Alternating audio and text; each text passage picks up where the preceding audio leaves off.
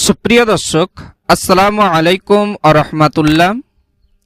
আল্লাহ রাব্বুল আলামিন বলছে, ইন্না নিশ্চয়ই রহমাতা আমার রহমত, রহমাতাল্লিল আমার রহমত, করিবা অতি নিকট, মিনাল মুহসিনিন যারা সৎ পরায়ণ ব্যক্তি।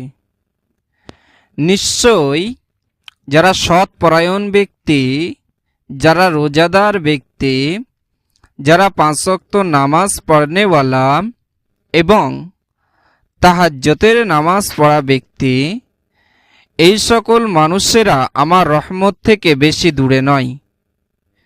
কিন্তু তা পাওয়ার জন্য ইনসাফের মাধ্যমে শুধু নামাজ, রোজা, হজ, যাকাত করলে হবে না।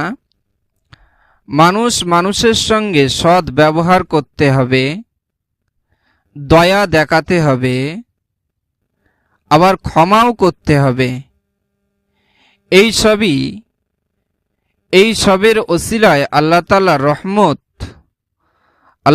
রহমতের দরজা সেই বান্দার জন্য আল্লাহ তাআলা খুলে দেয়।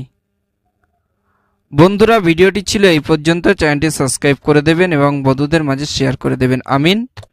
আসসালামু আলাইকুম ওয়া রাহমাতুল্লাহ।